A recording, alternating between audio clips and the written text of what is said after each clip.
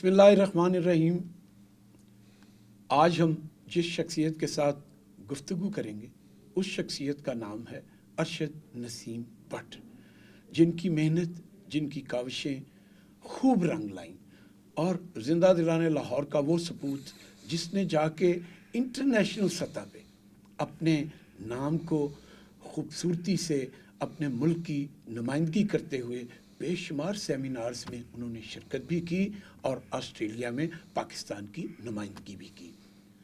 ارشد نسیم but کا شمار ان شخصیات میں ہوتا ہے جن کے بارے میں یہ کہوں گا کہ انہوں نے اپنے بغیر کسی سفارش کے، بغیر کسی اس کے بلبوتے پہ، اپنے بلبوتے پہ، یعنی اپنی محنت کی اور پھر اپنے نام کو آ کے لیے جب پاکستان کی نمائندگی کرتے ہیں تو وہاں ایک بڑا سافٹ مین نظر آتا ہے، بہت خوبصورت انسان نظر آتا ہے، جس سے پاکستان کا امیج اور پاکستان کا مورال بلند ہوتا ہے۔ آئیے ارشد نسیم بٹ صاحب سے بات کرتے ہیں۔ جی بٹ صاحب السلام علیکم۔ وعلیکم السلام، کیا حال ہے شیخ صاحب؟ خیریت ہے؟ بٹ صاحب آپ کی بڑی تعریفیں سنی، ایک عرصہ سے ہم سن رہے تھے کہ بٹ صاحب جب آسٹریلیا سے آتے ہیں تو پاکستان لاہور کی خاص کر کے کمیونٹی کو اس طرح ساتھ لے لیتے ہیں جس طرح ایک والدہ اپنے بچوں کو ساتھ لے کے پھر رہی ہوتی ہے۔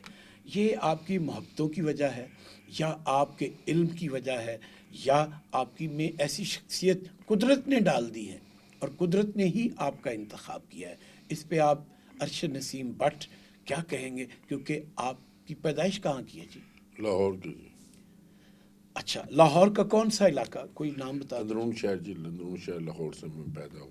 اندرون شہر لاہور میں ان کی پیدائش ہوئی اور ابتدائی تعلیم حاصل کرنے کے بعد یہ اپنی تمام لاہور کی پاکستان کی ایکٹیویٹی کو مکمل کرتے ہوئے، جن میں ہر قسم کی ایکٹیویٹی، جن میں پولیٹیکل ایکٹیویٹیز، جن میں ان کی زندگی اور لوگوں کی ہیلپ کرنے کی زندگی، تھوڑا سا یہ وقت جب آیا تو یہ ماشاءاللہ فٹ سے انہوں نے ملک سے باہر جانے کی ٹھان لی، اور جب ملک سے باہر جانے کے لیے ٹھان لی تو انہوں نے ایک ملک آسٹریلیا، جس کا نام ہے، آسٹریلیا کا انتخاب کیا۔ جب یہ آسٹریلیا میں پاکستان سے روانگی ان کی ہو گئی تو ہم تمام احباب جو تھے، کیونکہ میں ان کو ذاتی پرسنلی جانتا ہوں کہ یہ بزنس مین گھرانے کا لڑکا ہے اور یہ بزنس کے لیے آسٹریلیا چلا گیا۔ اب آسٹریلیا میں جا کے اس نے اپنا کیسے نام روشن کیا، آئیے ہم اپنے اس پیارے مہمان سے پوچھتے ہیں کہ آپ نے آسٹریلیا کی فضا میں جب قدم رکھا تو ملک کی محبت دل میں یہ لے کر گئے کہ میں نے ملک کے لیے کام کرنا ہے اور وہاں سے زر مبادلہ پاکستان میں لانا ہے۔ جی بٹ صاحب آئیے بتائیے گا۔ شیخ صاحب، آپ نے جو باتیں کہیں اس کی میں بے پناہ قدر کرتا ہوں اور آپ کی محبت کا میں ہمیشہ مشکور رہا ہوں۔ انسان کی زندگی میں جو چیزیں ہوتی ہیں وہ فطرت کے ساتھ منسلک ہوتی ہیں۔ جی تو میں چونکہ پاکستانی ہوں اور پاکستانی ہونے پر فخر محسوس کرتا ہوں، اور تو پاکستان کے حوالے سے میری یہ خواہش تھی کہ میں اپنے وطن کے لیے دنیا بھر میں کوئی کام کروں، تو اللہ تبارک تعالیٰ نے موقع دیا مجھے کہ مجھے آسٹریلیا جانے کا موقع ملا۔ آسٹریلیا میں میں رہا تو آسٹریلیا کی جو صورتحال تھی یا جو اس کے معاملات تھے، اس میں جو چیزیں میرے سامنے آئیں اس کو میں نے ترجیحی بنیادوں پہ حل کیا اور کوشش یہ کی کہ آسٹریلیا سے ہی پاکستان کے نام کو بلند کیا جائے اور پاکستان کے سافٹ امیج کے حوالے سے کام کیا جائے۔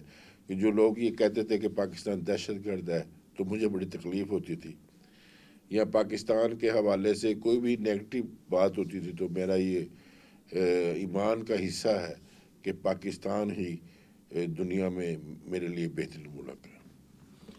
پاکستان کی دھرتی سے آپ کا اس قدر پیار، اس دھرتی کی مٹی سے اتنا پیار اور دھرتی کے لوگوں سے اتنا پیار، بٹ صاحب آپ یہ بتائیے گا کہ آپ نے وہاں رہ کر پاکستان کا امیج بلند کرنے کے لیے کتنی محنت کی اور کئی سال تک ہوگی، یہ بتائیے گا۔ شیخ صاحب، محنت جو ہے وہ تو میرا اولین جز رہا ہے کہ محنت کے بغیر آپ دنیا میں کسی بھی مقصد میں کامیابی حاصل نہیں کر سکتے، اور جب مقصد آپ کا پاکستان کے حوالے سے ہے تو اس میں آپ کی نیت اور محنت دونوں ہی بہت ضروری ہے کہ اس کا بیلنس ہونا. تو میری زندگی کا کوئی زیادہ مقصد نہیں تھا کہ میں بہت زیادہ سرمایہ کماؤں یا میرے پاس بہت زیادہ گھر ہوں یا گاڑیاں ہوں یا بینک بیلنس ہوں. میری خواہش یہ تھی کہ اللہ تبارک تعالیٰ نے مجھے اس دنیا میں بھیجا ہے اور بحیثیت ایک مسلمان ہونے کے ناطے میں پاکستان کے لیے اپنا کردار ادا کروں، چونکہ پاکستان ہی واحد ملک ہے دنیا میں جو کلمہ طیبہ کے نام پہ بنا، اور انشاءاللہ تعالیٰ پاکستان بنا ہی قائم رہنے کے لیے. جو پرابلم مجھے مشکلات وہاں پہ مسائل آئے، اس میں بیسک جو پہلے 5 سال تھے اس میں لوگ آپس میں میل ملاپ نہیں تھا، ملاقات نہیں تھی، اور پاکستانیوں کا اتنا ڈاٹا نہیں تھا کہ کہاں کہاں پاکستانی ہیں. تو سب سے پہلے تو میں نے پاکستانیوں کو تلاش کرنا شروع کیا، اور اللہ کا بڑا احسان ہے کہ اللہ نے میری ہمیشہ مدد کی کہ کافی تعداد میں پاکستانیوں کو میں نے ایک پلیٹ فارم پر اکٹھا کیا اور ان کے ساتھ یہ چیزیں شیئر کی کہ میرا پلان کیا ہے. تو میں آسٹریلیا میں کیوں آیا ہوں، کس مقصد کے لیے آیا ہوں. روزگار تو اپنی جگہ پہ ہے، رزق کا تو اللہ تعالیٰ نے وعدہ کیا ہوا ہے، اس کا تو کبھی میں نے فکر نہیں کیا نہ سوچا ہے. لیکن محنت سے کبھی بھی میں پیچھے نہیں ہٹا، اور یہ محنت ہی ہے جو اللہ تعالیٰ نے مجھے آج اس مقام پہ پہنچا دیا ہے کہ جس کا تصور بھی نہیں کیا جا سکتا کہ دنیا کی کوئی ملک ایسا نہیں ہے، کوئی شہر ایسا نہیں ہے کہ جہاں پہ میرے ساتھ پیار کرنے والے یا محبت کرنے والے لوگ نہ ہوں. یہ اللہ کا احسان ہے. بٹ صاحب 25-30 سال ملک سے باہر رہ کے آپ نے گزارے اور اپنی پی آر شپ کو آپ نے کافی اس کا دائرہ بڑا کر لیا.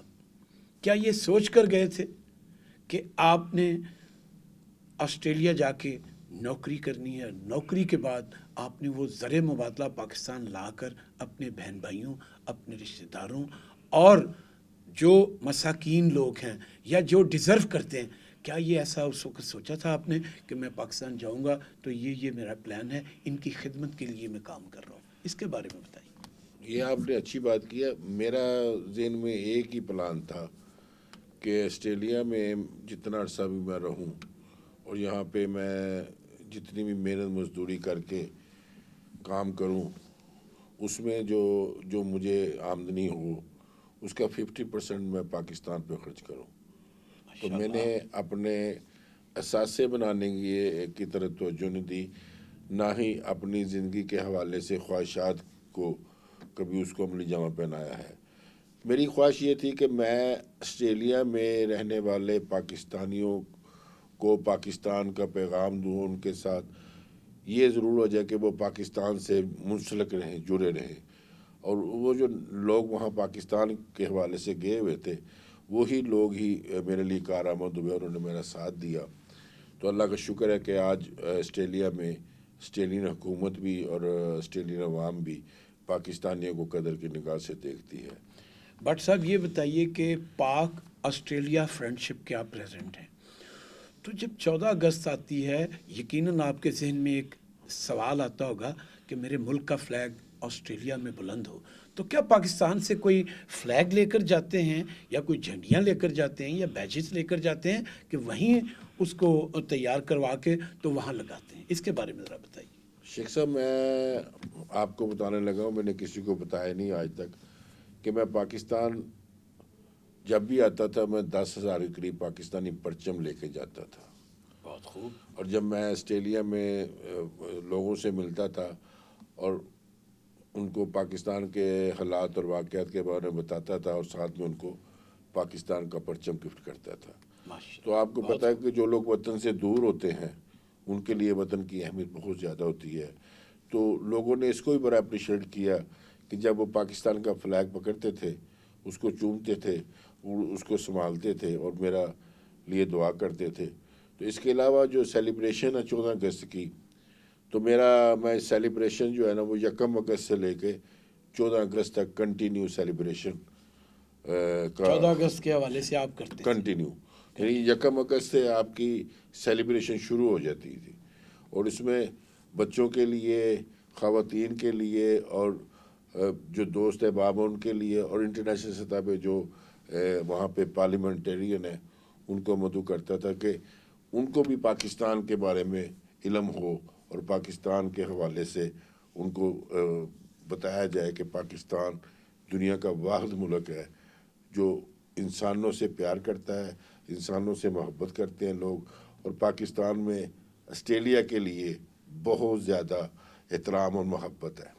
بٹ صاحب، آپ آسٹریلیا میں جا کے پاکستانی کمیونٹی کی نمائندگی کرتے ہیں، پاکستان کی نمائندگی کرتے ہیں، یہ آپ پاکستان آج کل آپ تشریف لائے ہوئے ہیں، تو میں یہ چاہوں گا کہ ہماری یوتھ کے لیے آپ کے پاس کون سا ایسا پیغام ہے جو آپ کے پاس جاتے ہوئے جو یوتھ آسٹریلیا میں جا کے تعلیم بھی حاصل کرے اور وہاں روزگار کے مواقع بھی ڈھونڈے، اس کے لیے آپ کچھ کہیں گے کہ آپ ان کے لیے کیا ایڈوائز کریں گے؟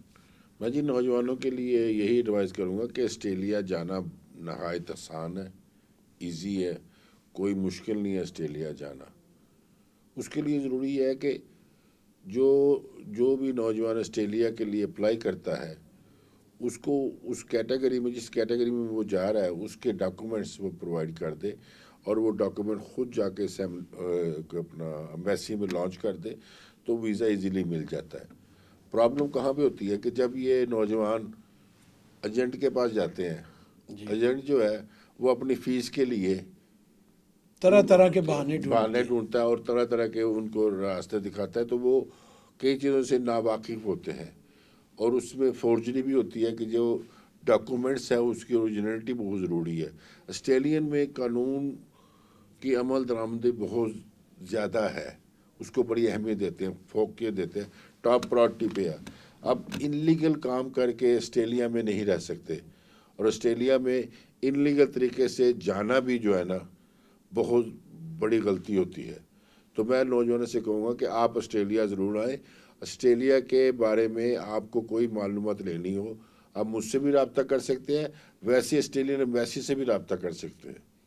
تو آسٹریلیا کو پاکستان سے نوجوانوں کی ضرورت ہے، ہنرمندوں کی ضرورت ہے، اور وہ لوگ جن کے پاس اسکل ہے وہ آسٹریلیا ایزیلی جا سکتے ہیں۔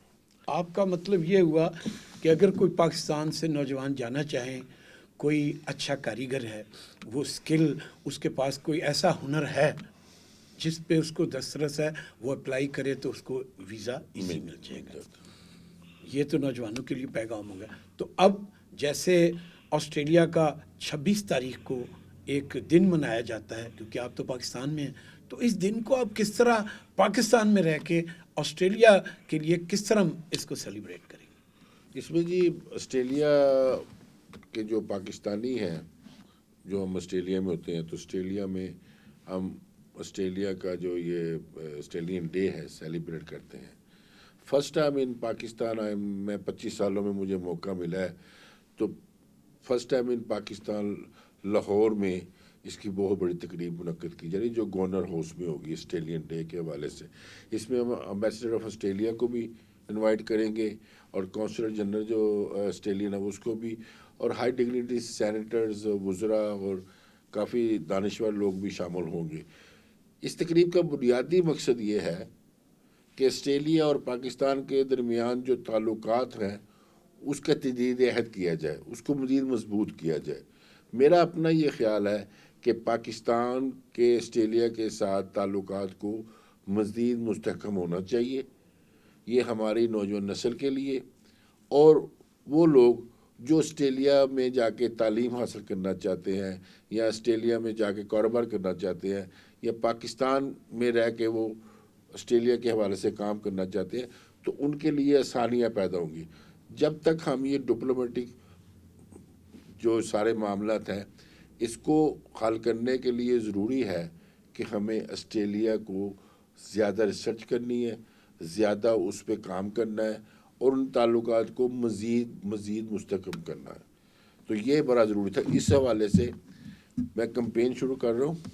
یہ جنوری کے 26 جنوری کو آسٹریلین ڈے ہے، اس سے پہلے ٹی وی چینلز پہ آسٹریلین سیلیبریشن بھی شروع کی جائیں گی، جس میں آسٹریلیا کے بارے میں لوگوں کو پتہ لگے، علم لگے کہ آسٹریلیا بیسیکل ہے کیا ملک۔